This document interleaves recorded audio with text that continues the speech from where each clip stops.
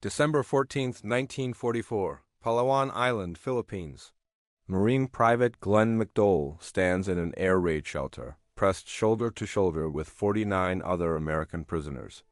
The shelter is only 5 feet deep, basically a trench with a roof. It's cramped, hot, and dark. Above him, he can hear Japanese guards yelling. Something feels wrong. For 2.5 years, McDowell has survived as a prisoner of war. He's endured starvation, disease, torture, and slave labor. He's watched dozens of his friends die. But he's hung on, believing that one day, somehow, he'd make it home. Then he smells it. Gasoline. The guards are pouring buckets of aviation fuel into the shelter entrance. Before anyone can react, a torch drops in. The shelter explodes into flames. Men scream. Bodies ignite. The heat is so intense that flesh melts off bones. Those who try to escape through the entrance are cut down by machine gun fire. Those who stay burn alive. McDowell realizes in that moment, this isn't an accident. This is an execution. The Japanese have decided to murder every American prisoner in the camp. All 150 of them. But here's what makes this story extraordinary. 11 men survived. 11 men escaped from burning trenches, fought through machine gun fire, leaped off 60-foot cliffs, swam shark-infested waters, and evaded Japanese search parties for days.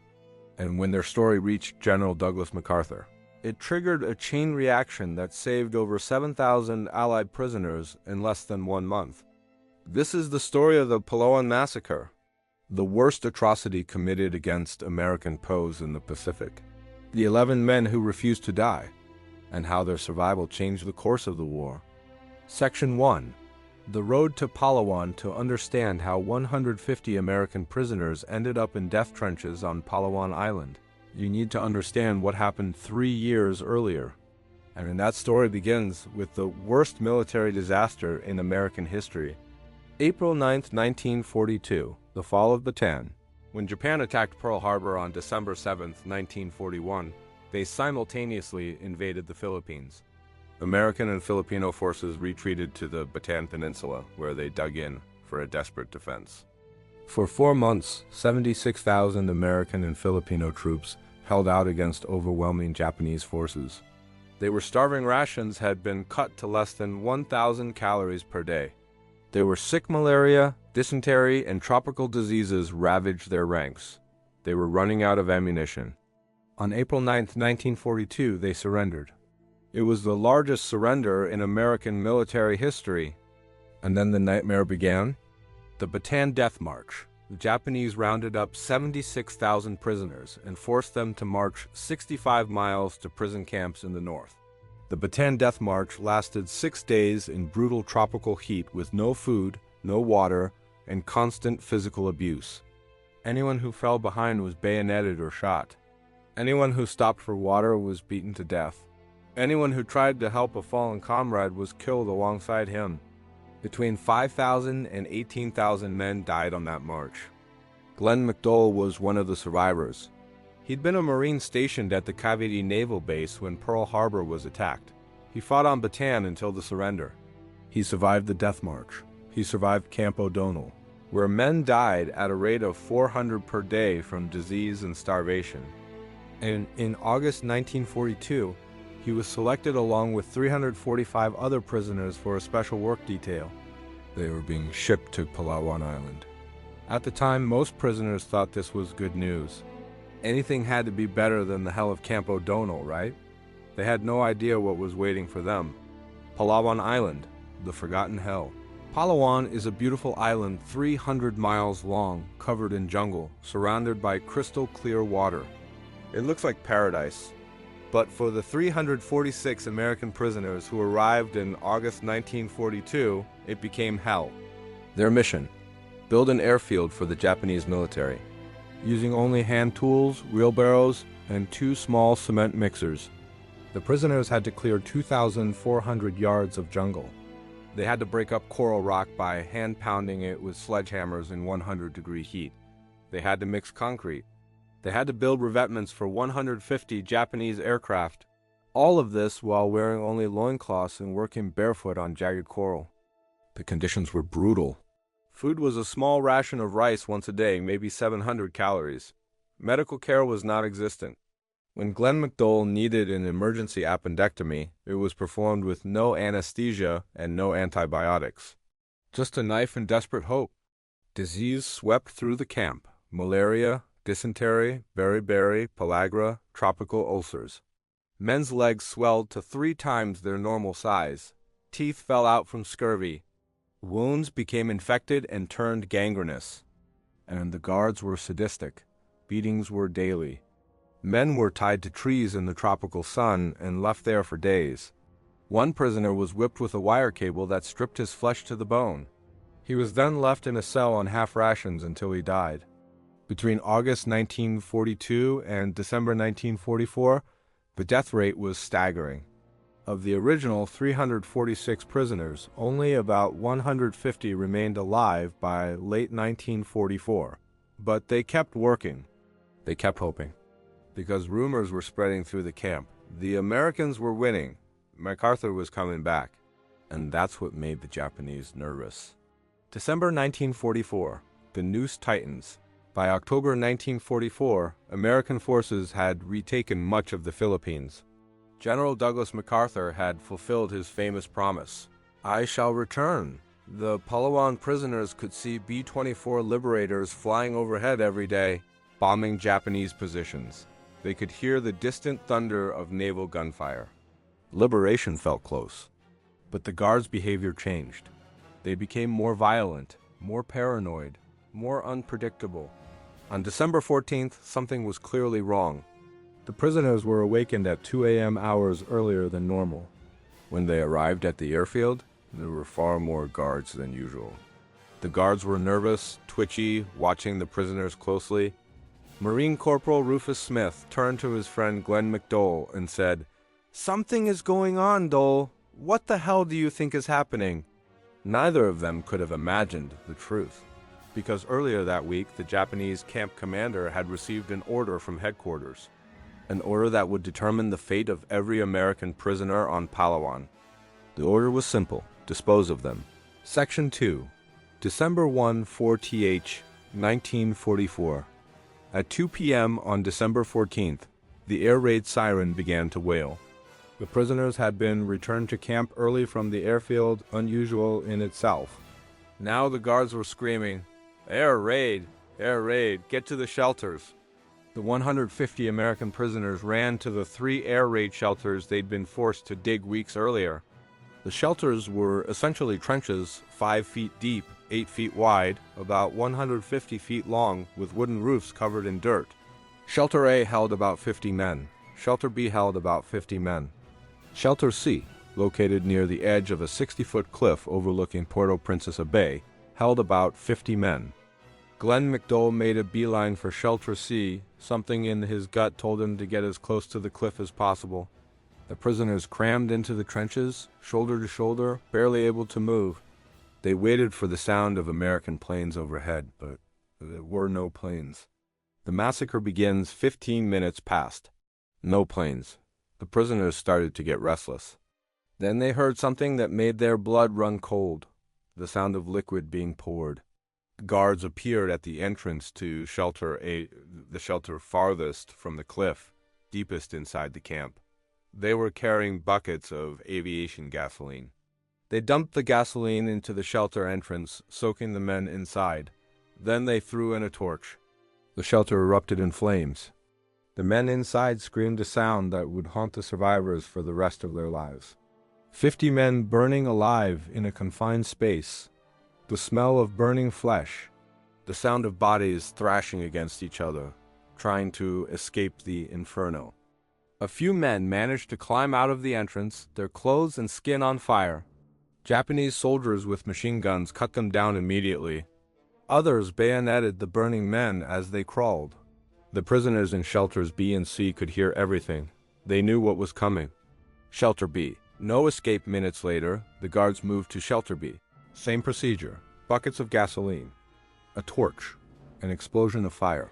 But the men in Shelter B tried to fight back. They rushed the entrance, trying to overwhelm the guards before the fire spread. A few made it out. Japanese soldiers were waiting with machine guns. The guards had positioned light machine guns on the camp veranda with a clear field of fire across the entire compound. They'd set up a killing field. Some prisoners tried to run for the fence. They were shot down. Others tried to hide behind buildings. Grenades flushed them out. A few made it to the jungle edge. Bayonets finished them. Within 10 minutes, nearly 100 men were dead or dying, burning in trenches, shot in the compound, bleeding out in the dirt. And now the guards turned their attention to Shelter C. The impossible escape. Glenn McDowell was pressed against the back wall of Shelter C, about as far from the entrance as he could get. He could hear the guards approaching. He could smell the gasoline, and then he noticed something. One of the Marines, he never learned his name, was frantically digging at the back wall of the trench with his bare hands. The wall wasn't concrete. It was just compacted dirt with some coral rock. And this Marine had found a weak spot. McDowell joined him. So did Rufus Smith. So did several others. They clawed at the dirt like animals, tearing their fingernails off, breaking their fingers, desperate to break through before the fire reached them. Behind them, they could hear gasoline splashing into the shelter entrance. They could hear men praying, crying, saying goodbye, and then the torch dropped. Fire exploded through Shelter C. But just as the flames hit, the Marines broke through the back wall. A hole opened up barely big enough for a man to squeeze through. Beyond it, the cliff edge. McDowell shoved a man in front of him through the hole, then another, then another. Behind him, men were on fire. One man burning alive screamed at them to go. He knew he was dead. He wanted the others to have a chance. McDowell pushed the last man through, then dove through himself. He tumbled out of the hole and immediately started sliding down the cliff face. It wasn't a clean drop. It was 60 feet of jagged rocks, coral outcroppings, and scrub brush. He bounced, tumbled, and crashed his way down, tearing his skin to ribbons. When he hit the rocky beach at the bottom, he looked back up. About 25 to 30 men had made it out of Shelter C. They were sliding, jumping, and falling down the cliff. Some were on fire, some were already shot, but they were out. The problem? The guards knew about the escape, and they were coming. Section 3. The Hunt Japanese soldiers appeared at the top of the cliff, firing down at the Americans on the beach. Machine gun bullets sparked off the rocks. Men dove for cover behind coral outcroppings. McDowell ran along the beach, looking for a hiding place. He found a small cave barely big enough to crouch in and wedged himself inside. From his hiding spot, he could see what was happening. The systematic slaughter. The Japanese weren't just shooting the Americans.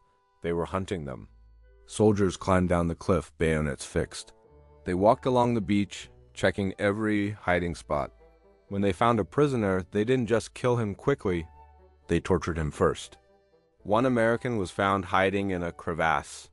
The soldiers pulled him out, broke his legs with rifle butts, then poured gasoline on his hands and feet and set them on fire. They let him scream for a while before finally bayoneting him to death. Another prisoner was found in a tidal pool. The soldiers used him for bayonet practice, stabbing him over and over while he begged them to just shoot him. A third was found trying to swim away. They shot him in the water, then pulled his body to shore and crushed his skull with rocks. The killing went on for hours. The guards were methodical, thorough, and sadistic. They laughed. They cheered. They took breaks to smoke cigarettes, then continued the hunt. Glenn McDowell stayed in his cave, not moving, barely breathing. Bodies piled up on the beach around him. At one point, a Japanese soldier walked within 5 feet of McDowell's hiding spot. McDowell could see the man's boots. The soldier stopped. McDowell thought, "This is it. I'm dead." But the soldier moved on. He hadn't seen the cave entrance. As darkness fell, the guards finally left the beach. They'd been hunting for nearly 4 hours. They were satisfied that they'd killed everyone, but they were wrong. The survivors that night, after the guards left, survivors slowly emerged from hiding places along the beach. Glenn McDowell crawled out of his cave. He found Rufus Smith hiding in another crevasse. They found Marine Corporal Doug Bogue, who'd been shot in the leg but was still alive. They counted survivors. 9 men from Shelter C had made it out and survived the hunt on the beach. But they weren't safe yet. They were on an island occupied by 4,000 Japanese soldiers. They had no weapons, no food, no supplies. Most were wounded, some were burned, and Japanese search parties would be coming back at dawn. They had 2 choices: try to swim across Puerto Princesa Bay 5 miles of open water in the dark, or hide in the jungle and hope they could evade the Japanese long enough to find friendly Filipinos. Different men made different choices. The swim. Several prisoners decided to swim. The bay was 5 miles across to the opposite shore. It was dark. They were exhausted. They were wounded. And the water was full of sharks. Rufus Smith decided to swim. He waded into the water and started swimming. For hours, he swam through the darkness, his wounds bleeding into the water. Halfway across, something hit him. A shark. It grabbed his left arm and shoulder, tearing into his flesh. Smith fought back, punching the shark with his free hand. The shark let go for a moment. Smith kept swimming. The shark came back. It bit him again. Smith kicked it.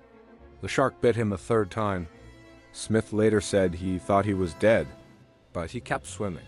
His only thought, I'm not going to die in this water. I'm going to reach that shore. After what felt like forever, his feet touched bottom.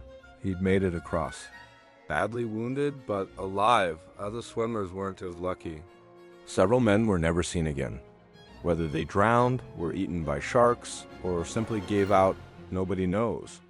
The Jungle McDowell, Bogue, and several others chose the jungle. They knew the island had Filipino guerrilla fighters who were helping the American war effort. If they could reach the guerrillas, they might have a chance. For the next several days, they hid during the day and moved at night. They ate roots and whatever they could scavenge. They drank from streams. They avoided Japanese patrols. McDowell hid in the camp garbage dump for 3 days, buried under rotting refuse, while Japanese soldiers searched for survivors literally feet away from him. Bogue, with a bullet in his leg, crawled through the jungle for miles before collapsing from exhaustion and blood loss. One by one, the survivors were found by Filipino civilians and guerrilla fighters. The Filipinos risked their lives to hide and protect these Americans. If the Japanese discovered them helping Poas, their entire families would be killed. But they did it anyway. Over the next 2 weeks, 11 Americans were safely delivered to Filipino guerrilla forces. 11 men out of 150. 11 survivors of the Palawan massacre. Section 4. The world learns the truth. On December 28, 1944, a flash message arrived at General Douglas MacArthur's headquarters in Leyte. It was from Filipino guerrilla forces on Palawan. The message was short but devastating. American POWs massacred at Puerto Princesa. Japanese burned prisoners alive in air raid shelters. 11 survivors confirmed safe with guerrillas. Request immediate extraction. MacArthur's intelligence chief, Major General Charles Willoughby, immediately dispatched aircraft to Palawan. On January 6, 1945, a U.S. Navy PBY Catalina flying boat, escorted by fighters, landed at Brooks Point on the southern tip of Palawan Island. They picked up 6 of the survivors and flew them 850 miles to Allied-controlled Morotai Island. The other 5 survivors were extracted days later. The interrogations. When the survivors reached Morotai, U.S. intelligence officers immediately debriefed them. What they heard was so horrific that at first, some officers didn't believe it. Men burned alive, prisoners bayoneted for entertainment. Wounded men tortured before being killed. Bodies stacked like cordwood and burned. Glenn McDowell gave a detailed account. Rufus Smith drew maps of the camp and the massacre sites. Doug Bogue described the hunt on the beach. One by one, the survivors told their stories, and with each interview, the horror became undeniable. This wasn't exaggeration. This wasn't propaganda. This was real. The survivors also revealed something else. They'd heard rumors from Filipino civilians that similar massacres were being planned at other POW camps throughout the Philippines. Thousands of American and Allied prisoners were in camps at Cabanatuan, Las Barras, Santo Tomas, and Bilibid. The Japanese had already demonstrated they would rather kill prisoners than allow them to be liberated. MacArthur faced a terrible truth. If he didn't act fast, thousands more prisoners would die. The call to action, the Palawan Massacre, became the catalyst for one of the most audacious series of rescue operations in military history. Within 1 month, January to February 1945, American forces launched 4 major raids to liberate POW camps. January 30th, 1945, the raid on Cabanatuan. 511 American POWs liberated U.S. Army Rangers, Alamo Scouts, and Filipino guerrillas 133 miles behind enemy lines.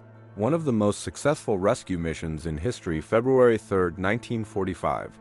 The liberation of Santo Tomas, 3,700. Prisoners liberated, mostly civilians. U.S. 1st Cavalry Division racing through Manila under heavy fire. February 23, 1945. The Las Barras raid, 2,147 prisoners liberated. U.S. 11th Airborne Division and Filipino guerrillas. Paratroopers dropped directly onto the camp. February 1945. The liberation of Bilibid Prison, 800 prisoners liberated U.S. 37th Infantry Division in total. Over 7,000 Allied prisoners and civilians were saved. Thousands of lives that would have been lost if the world hadn't learned about Palawan. Stephen L. Moore, the historian who wrote the definitive book on the Palawan Massacre, said it best. The first 6 men out of the Palawan camp had helped save more than 3,600 other POW lives. Section 5. Justice and Memory. In February 1945, American forces retook Palawan Island. They found Camp 10A in ruins. The Japanese had tried to destroy evidence of the massacre, but the burn pits remained.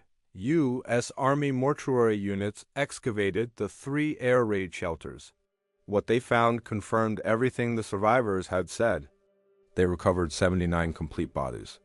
But most of the remains were partial pieces of bone, teeth, charred fragments. The bodies had been stacked at the back of the shelters, as far from the entrances as possible, showing the men had tried desperately to escape the fire. Some skeletons had bullet holes in the skulls. Others showed signs of blunt force trauma. In 2 shelters, they found small conical holes at the fingertips where men had tried to dig their way out with their bare hands. 139 Americans had died in the massacre. Most of their remains were never fully identified. They were eventually buried at Jefferson Barracks National Cemetery in Missouri in a mass grave marked Palawan Massacre Victims, the War Crimes Trials after the war. The U.S. military hunted for those responsible for the Palawan Massacre. The camp commander, Lieutenant Yoshikazu Saito, was killed during the American liberation of Palawan. Battalion Commander Captain Kojima and Company Commander Lieutenant Yoshiwara were declared missing in action and were never captured. However, several Japanese soldiers who participated in the massacre were captured and tried for war crimes. Multiple survivors, including Glenn McDowell and Rufus Smith, returned to the Pacific to testify against their former captors. The trials revealed a chilling detail. In May 1944, Japanese commanders had issued a written order to all POW camp commanders in the Philippines. The order stated, "If there is any fear that Payos would be retaken due to the tide of battle turning against us, decisive measures must be taken without returning a single POW. Decisive measures meant execution. The Palawan Massacre wasn't a spur-of-the-moment decision. It was official policy." Several Japanese soldiers were convicted and executed for war crimes, but most of those directly responsible were never brought to justice. The survivors' lives, the 11 survivors of the Palawan Massacre, returned to the United States as heroes, but they carried the weight of what they'd witnessed for the rest of their lives. Glenn McDowell lived until 2014, passing away at age 94. For decades, he rarely spoke about Palawan. When he did, he would say, "I survived because I was lucky, that's all. Just lucky." Rufus Smith survived his shark attack wounds and lived until 2009. He suffered nightmares for 60 years, always. The same dream, burning men screaming his name. Doug Bogue lived until 2007. He walked with a limp from his gunshot wound for the rest of his life. He said the worst part wasn't the physical pain. It was survivors' guilt. Why did I make it when 139 others didn't? In 1952, the Philippines government created the Palawan Special Battalion Memorial at Puerto Princesa. The site where Camp 10A once stood is now a protected historical landmark called Plaza Cuartel. Every year on December 14th, a memorial ceremony is held there to honor the 139 men who died and the 11 who survived. What we can learn: the Palawan Massacre stands as one of the darkest chapters of World War II. It represents the absolute worst of humanity, the systematic murder of helpless prisoners for no strategic purpose beyond cruelty. But it also represents the absolute best of humanity. 11 men who refused to die, Filipino civilians who risked everything to save them, and American forces who launched desperate rescue missions to save thousands of others. Those 11 survivors didn't just save themselves. By surviving and telling their story, they triggered a chain reaction that saved over 7,000 lives. Sometimes one voice crying out from the darkness is enough to change everything. Glenn McDowell once said, "People ask me how I survived. I tell them, I didn't quit, that's all." When your body tells you to give up, when your mind tells you it's hopeless, when everything says you should just lie down and die, you don't quit. You keep going, one more minute, one more hour, one more day. You just don't quit. That's the legacy of Palawan. Not just the horror of what happened, but the refusal to surrender to that horror.